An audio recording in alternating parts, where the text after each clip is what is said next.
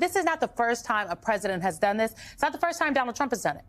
I believe this is a test case. I think the real question is, when presidents do federalize the National Guard, it's looking at who they're doing so for and whom they're doing so against. When they talk about, law and order and restoring calm, when any president, particularly this president, this administration, at whose expense are they trying to take these actions? That's an important question, and I think when you're looking at the history of presidents using that, presidents in the past, from Eisenhower to Kennedy to Trump, minus Trump actually, have all been, that's the last move. They appreciate the sovereignty of the states.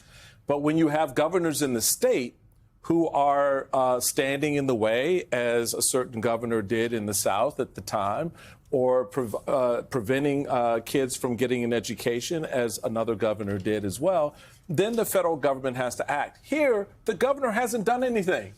The governor hasn't stood in the way of any policy. The governor has just expressed his concern about this. But the people of Los Angeles, the people of the community, are the ones who are on the streets right now. And so it's a very different dynamic.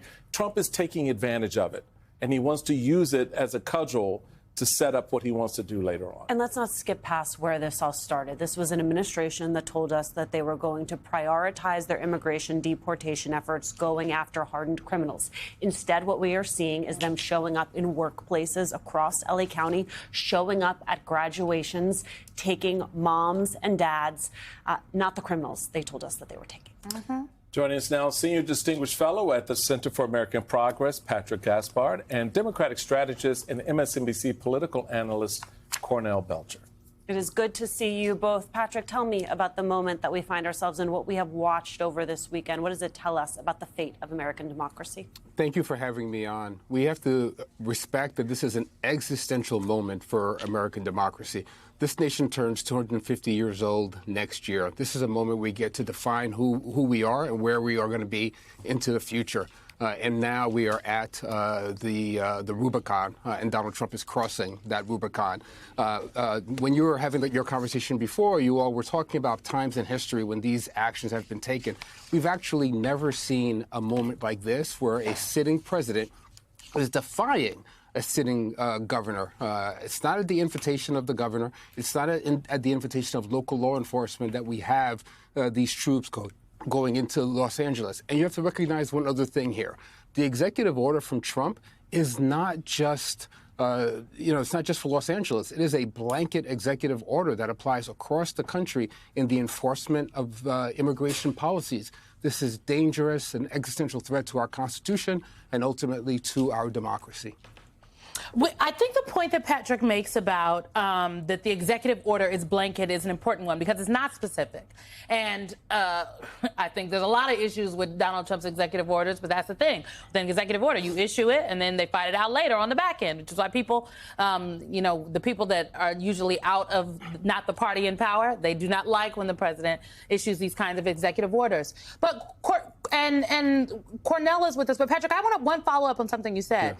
Yeah. I have been hearing from legal folks, but also military folks over the last, 24 hours. Our colleague Nicole Wallace had a gentleman on earlier, a general who essentially in the Obama administration used to, he was like the head of the National Guard in the Obama administration. He was the vice chair of the Guard. The vice chair of the Guard. He said that the orders were not unlawful, that they were legal orders. And so I do think that the question that, and we're going to ask Rob Bonta about this when we see him, but I think the question that I have is in the past, in 1957, Eisenhower, he federalized the National Guard, not because the governor wanted him to. The governor of Arkansas at the time asked the National Guard to come in to block integration. And I guess he did it, though, to enforce the law. President Eisenhower did it to enforce the law, and he did it to protect American citizens whose lives were threatened by the sitting governor, by the Klan in the state, by renegade law enforcement in the state. This is radically different. Simone, I'll add one other thing.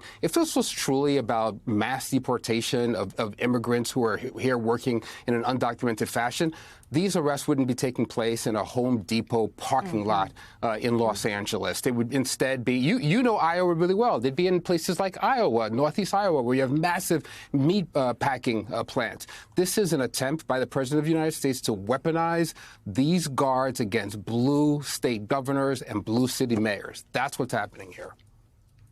You know, Corinne, I want to pick up on the weaponization piece because I thought it was very interesting to see the actions of Trump 2025 versus the comments that Trump made in 2020, where he said the National Guard should not be deployed unless requested by a governor. He said this earlier today. Let's take a quick listen.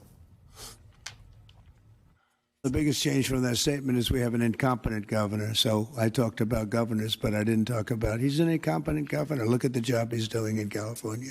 He's destroying one of our great states. And if I didn't get involved, if we didn't bring the Guard in, and we would bring more in if we needed it, because we have to make sure there's going to be law and order. You had a disaster happening. So my question is, what is a state or a governor to do when they have an incompetent president? Well, that is the question that's going to haunt us for the next probably 3 years, because we do have an incompetent president who is, as my friend Patrick Gaspar has pointed out, has crossed the line, has crossed the Rubicon. And look, I remember not so long ago Republicans and folks on Fox talking about if Obama and Biden using the National Guard, it was crossing states' rights, right? Mm-hmm. This was supposed to be the big states' rights party. This is clearly all of the sort of the rules or the road have gone out the window for this president. States' rights only apply to red states. Well, yeah, clearly. But that's the fundamental problem. Is look, he's clearly trying to escalate the issue.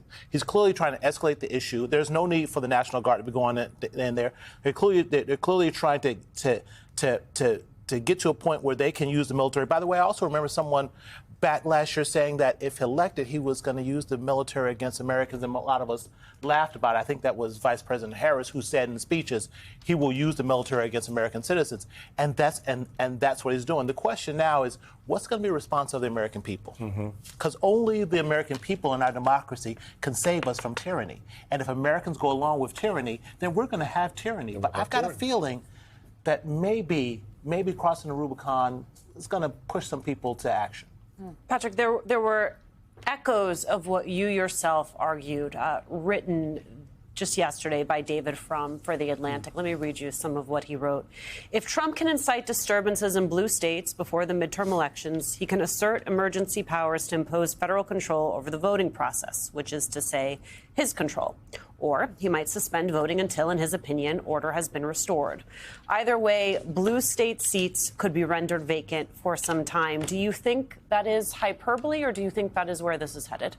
No, Lisa, it's not hyperbole at all. It's exactly where it's headed. And this is why I would caution Cornell and Michael in one regard.